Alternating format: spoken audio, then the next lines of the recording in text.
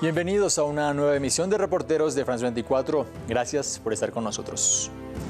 Jacques Chirac, el presidente francés que le dijo no a Estados Unidos cuando Washington buscaba apoyos para su intervención en Irak tras los atentados del 11 de septiembre, fue una maniobra que marcó la política exterior de un mandatario que estuvo al frente de Francia entre 1995 y 2007. Su cercanía con el mundo árabe y su papel con el continente africano también definieron la política de Chirac, un presidente conservador que tuvo que convivir con un primer ministro socialista. Esta es su historia.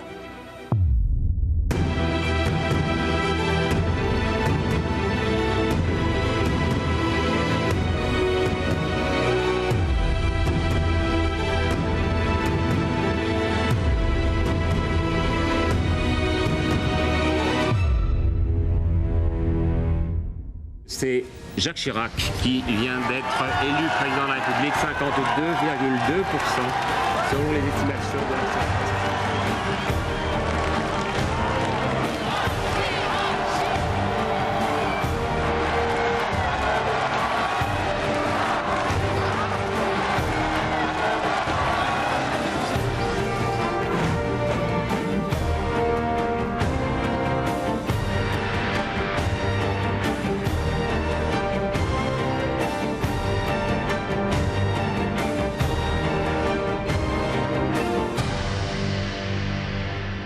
No tuvo tiempo de disfrutar de su victoria. Jacques Chirac acababa de ser elegido presidente de Francia, pero la guerra en Bosnia estaba en pleno apogeo. El 26 de mayo de 1995, el nuevo jefe de Estado supo que unas 100 fuerzas de mantenimiento de la paz acababan de ser secuestradas por las tropas serbias. Jacques Chirac llevaba 10 días en el poder.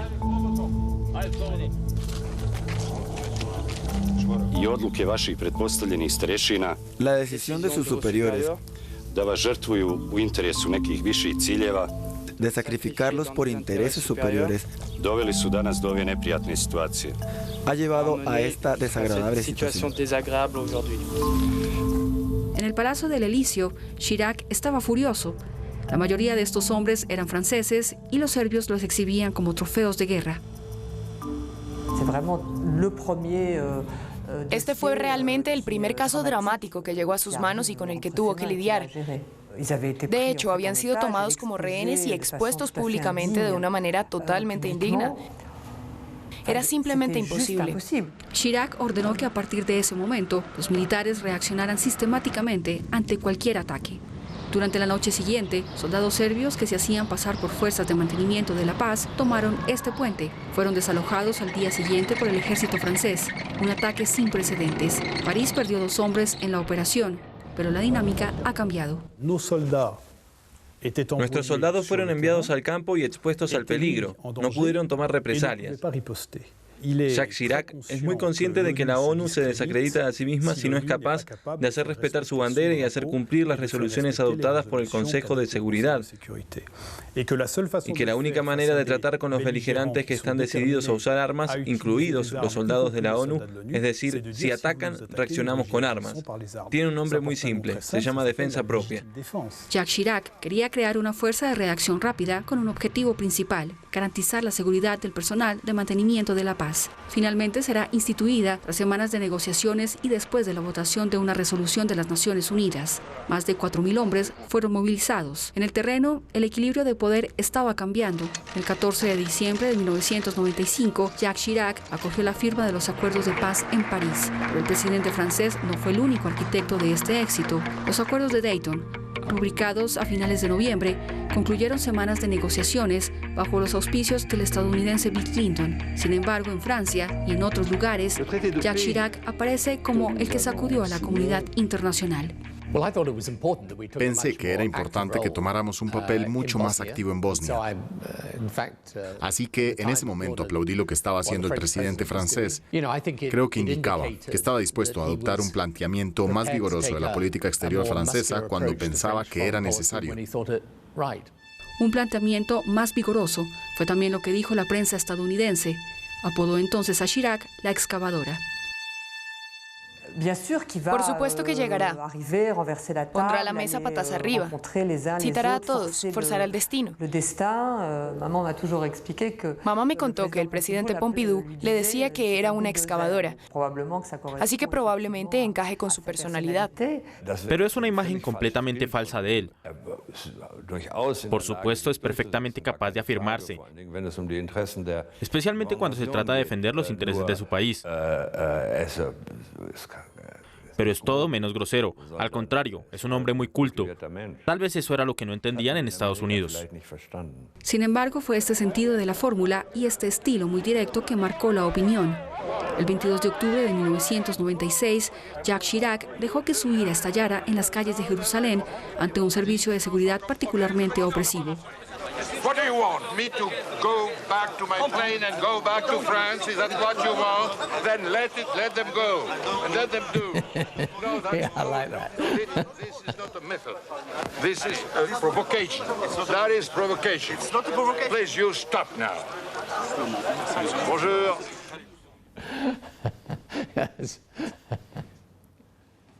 Me gusta eso. Eso es definitivamente una de las cosas que admiraba de él, aunque no estaba de acuerdo con él.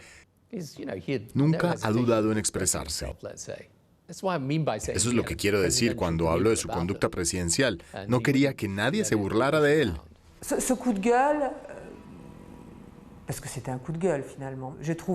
Esta manera de expresar su enojo no concuerda, digamos, a la idea que tengo de un presidente de la República, y menos en el extranjero. En cualquier caso, Chirac parecía ser un héroe en los países árabes. Unas horas después de esta escena mediática, fue recibido triunfalmente en los territorios palestinos. Trata de aprovecharse de esta situación para acercar a las dos partes a lo largo de los años. Es cierto que nos encontrábamos en un momento en el que lo que se ha dado a llamar el proceso de paz estaba empezando a mostrar sus primeras señales de debilidad. Teníamos que convencer a Arafat para que concluya un acuerdo con los israelíes y a la vez convencer a los israelíes de que tienen que dar fronteras, territorios, algo sobre la colonización, Jerusalén, etc. Es una política francesa unida, coherente. Ha aumentado la audiencia de Francia porque se ha combatido. Así que esta fricción se hace sentir todo el tiempo y se encuentra a lo largo de la presidencia de Chirac. Y además, Yasser Arafat lo llamaba Dr. Chirac, porque cuando estaba bajo de ánimo siempre llamaba a Chirac. Pero el presidente Chirac nos decía a menudo que el problema de Yasser Arafat era que no podía llegar a un acuerdo, y que en el momento en que tenía que decir que era bueno, siempre estaba buscando algo más. En Francia, a partir de 1997, Jacques Chirac tuvo que hacer una cohabitación con un gobierno socialista, pero tenía la intención de mantener su control sobre la política exterior, un área tradicionalmente reservada para el jefe de Estado. Lionel Jospin, por su parte, quería demostrar que el primer ministro también tenía voz y voto. En febrero de 2000, voló a Medio Oriente y sus declaraciones no pasaron desapercibidas. Francia condena los ataques de Hezbollah y todos los ataques terroristas en general. Una lluvia de piedras cayó sobre su vehículo. La seguridad era casi inexistente y su carro tardó mucho en poder huir.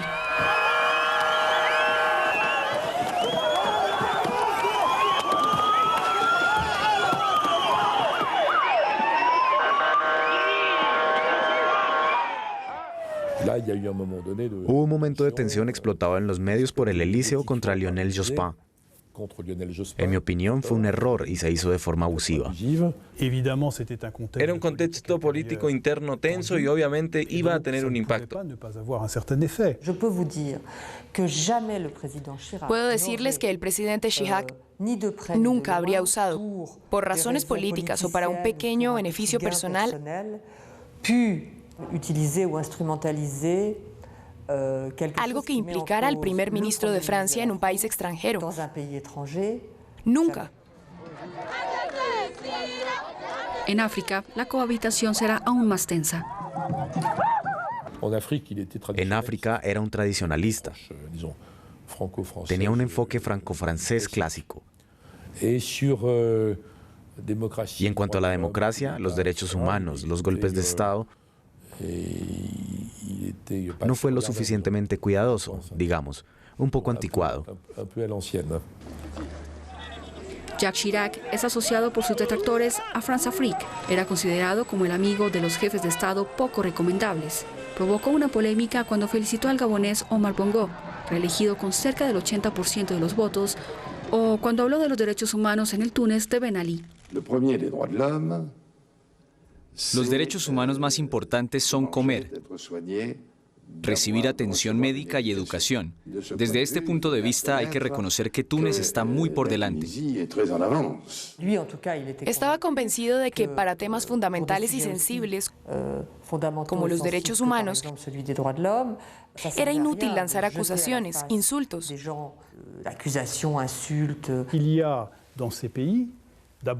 En estos países existe, en primer lugar, un orgullo nacional.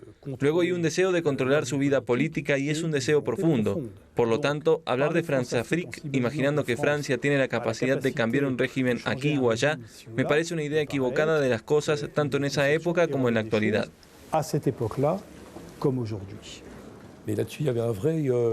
Había una verdadera tensión entre Jacques Chirac y Lionel Jospin.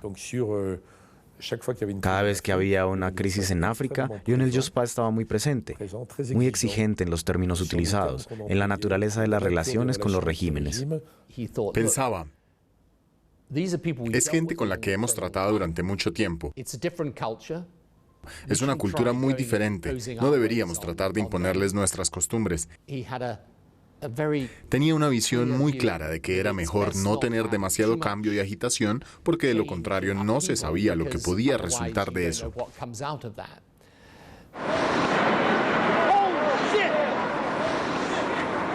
El 11 de septiembre de 2001, un avión se estrelló contra una de las torres del World Trade Center de Nueva York. Jacques Chirac estaba en Bretaña, en Rennes, para una exposición agrícola. Al final de la inauguración de la feria agrícola nos subimos a los carros y este periodista, cuyo nombre se me escapa, grita: cuando las ventanas están abiertas. Hubo un accidente. ¿Vio el accidente? Tiene un comentario sobre el accidente que ocurrió en Nueva York, pero no sabíamos nada al respecto, solo oímos esto. Inmediatamente nos reunimos en el Elíseo con Jacques Chirac y Lionel Jospin. No teníamos información especial, así que enumeramos hipótesis. Y pronto, la hipótesis de un acto terrorista islamista fue uno de los escenarios posibles. No sabíamos más que eso en realidad. Francia y los países amigos expresaron inmediatamente su solidaridad con el aliado estadounidense. Jacques Chirac habló esa misma noche en una declaración solemne transmitida por la televisión. Queridos compatriotas, los ataques que han golpeado hoy a Estados Unidos son una terrible tragedia.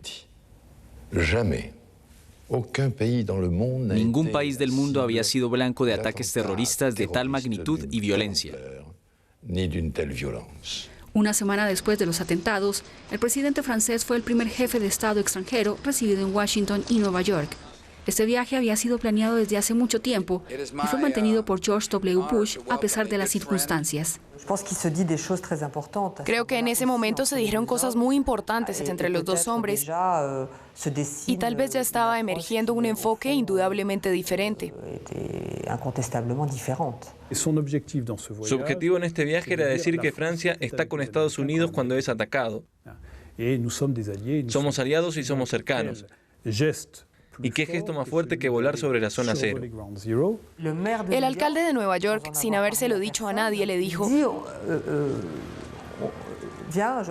vamos, subiremos al helicóptero, volaremos y te darás cuenta. Recuerdo que volvió de este viaje muy marcado, muy impregnado de este drama. A su regreso a Francia, Jacques Chirac recibió a Tony Blair en el Elíseo. El británico recorrió las principales capitales europeas mientras se perfilaba una intervención militar en Afganistán. Justo después del 11 de septiembre, hablé con el presidente estadounidense y también con nuestros principales aliados. Creo que tenemos razón cuando decimos que Jacques Chirac siempre fue más reticente a la acción militar, incluso en Afganistán, cuando había apoyo de la coalición. Creo que la precaución nunca es mala consejera cuando se trata de acciones militares. El ejército estadounidense no deseaba participar en una alianza en la que se debería consultar a ambas partes. Quería tener las manos libres. Decía, muchas gracias, pero no necesitamos nada. Así que no había necesidad de preguntarse si íbamos más allá de eso. Sin embargo, Francia no se quedó inactiva. Ocupó entonces la presidencia alternada de la OTAN y del Consejo de Seguridad de la ONU. Y París hace aprobar una resolución para dar a Estados Unidos el derecho de reaccionar. Jacques Chirac también se aprovecha del artículo 5 de la Alianza Atlántica. Los aliados de Estados Unidos tienen ahora la obligación de ayudarles. Pero a pesar de una campaña de bombardeos en Afganistán unos años antes y de varios ataques contra sus intereses en la región, es obvio que Estados Unidos aún no sabía en qué se iba a meter.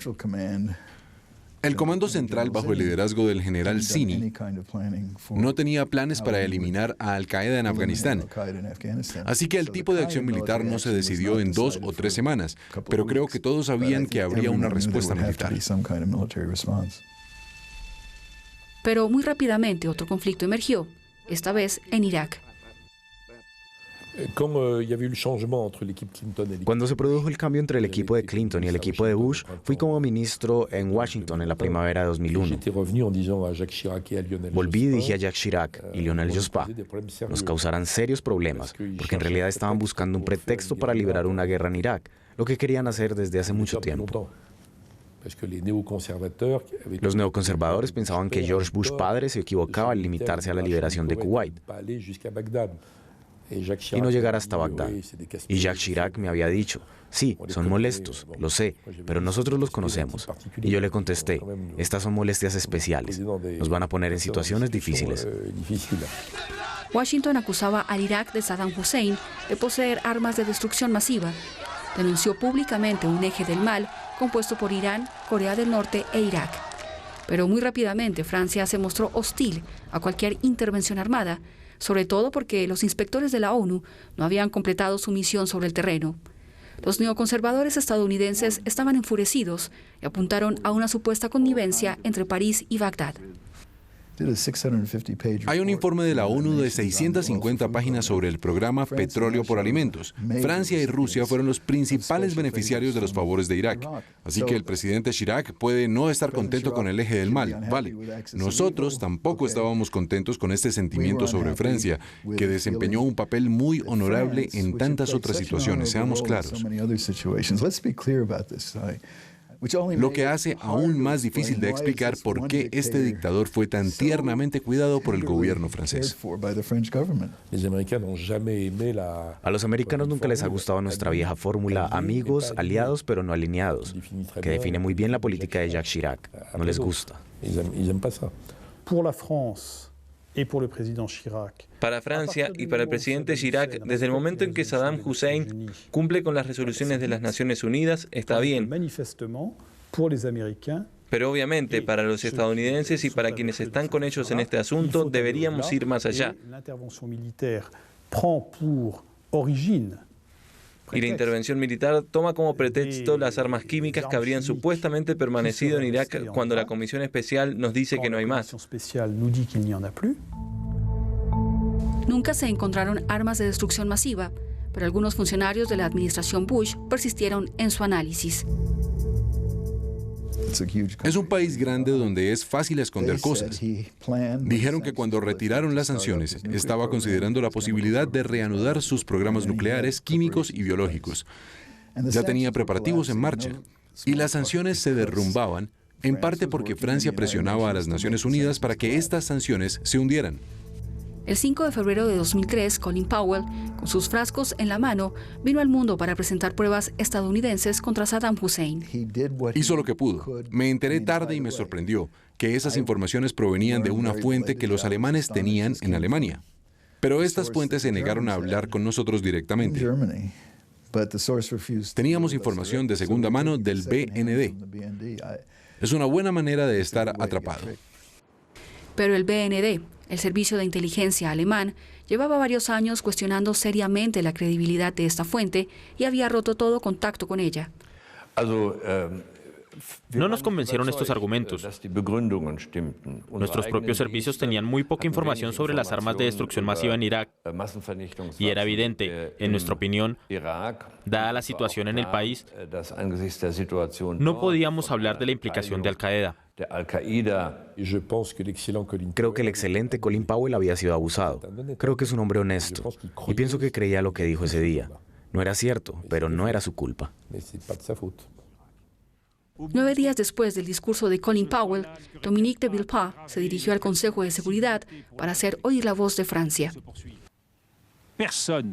Nadie puede decir hoy que el camino hacia la guerra será más corto que el de las inspecciones. Y es un viejo país, Francia. De un viejo continente, Europa, que lo dice hoy. Un país que ha conocido guerras, ocupaciones, barbarie. Un país que nunca olvida y sabe cuánto debe a los combatientes estadounidenses y de otros lugares, todos los que lucharon por nuestra libertad.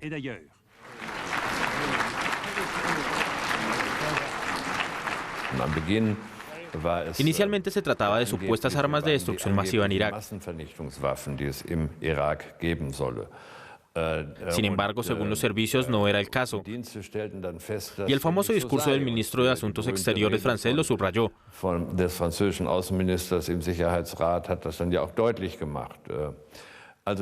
Fue entonces cuando comenzaron las disputas sobre la legitimidad de una intervención. Este frente contra la guerra abrió la puerta a un acercamiento entre París y Berlín. Los dirigentes franceses y alemanes decidieron reunirse regularmente en la ciudad de Blenheim para cenar. Necesitábamos tiempo para acostumbrarnos el uno al otro. Hemos observado que para preparar las reuniones del Consejo Europeo era esencial que Francia y Alemania tuvieran posiciones similares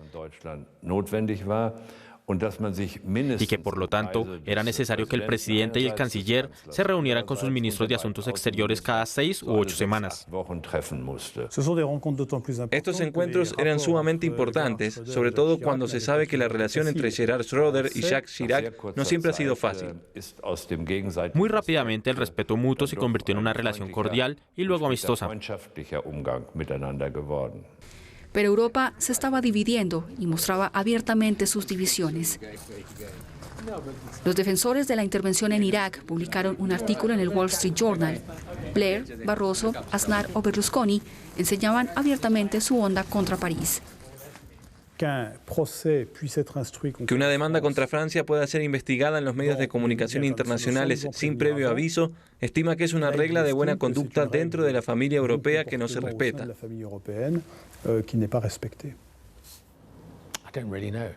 Realmente no lo sé. No puedo recordar si se lo dijeron o no.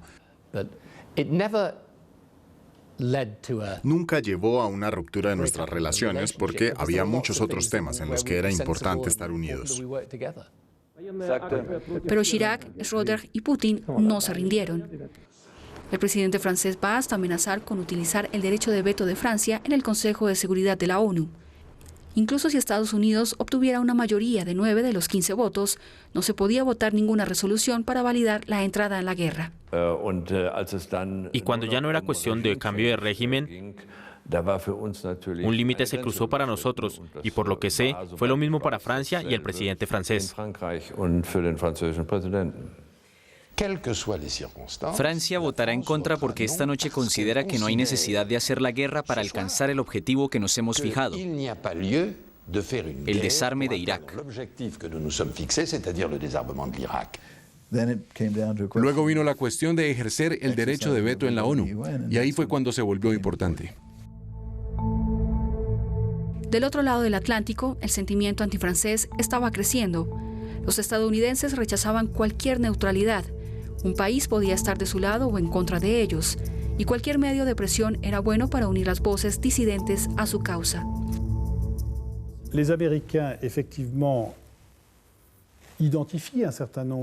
Los estadounidenses identifican una serie de áreas en las que podrían ocurrir represalias. Dicen que las cosas no quedarán sin consecuencias.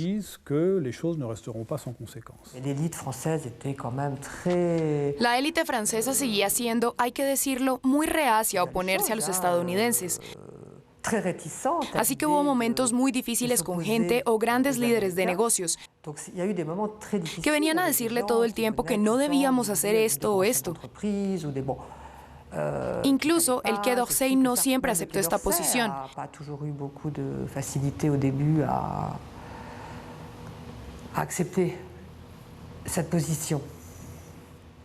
El 20 de marzo de 2003, Washington pasó por encima de la autorización de la ONU y lanzó los primeros bombardeos sobre Irak. Queridos conciudadanos, en este momento Estados Unidos y las fuerzas de la coalición han lanzado las primeras operaciones militares para desarmar a Irak, liberar a su pueblo y defender al mundo de graves peligros.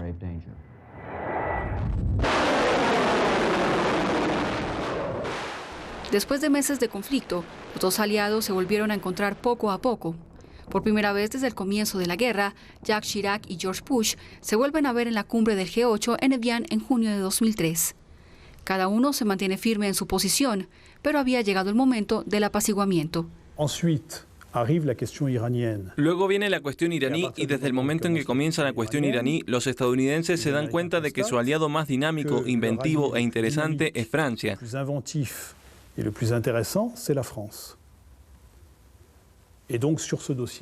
Y así, esta cuestión iraní comienza después de la muerte, del asesinato de Hariri en el caso del Líbano. Francia y Estados Unidos van a tener un diálogo fructífero.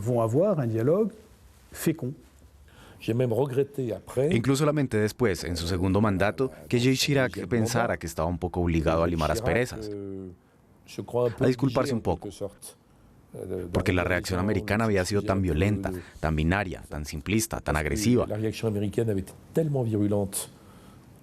tan francófoba, tan chocante de hecho, y él hacía como si no pasara nada.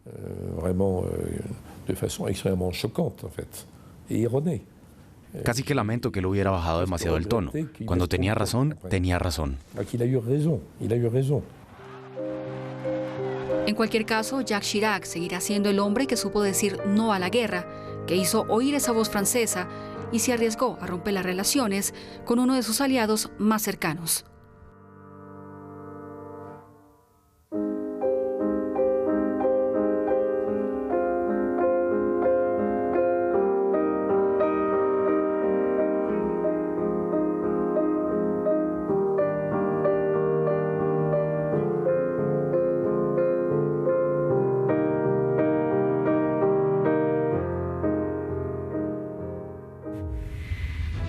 Recuerden que este y otros reportajes los pueden encontrar en nuestra página web.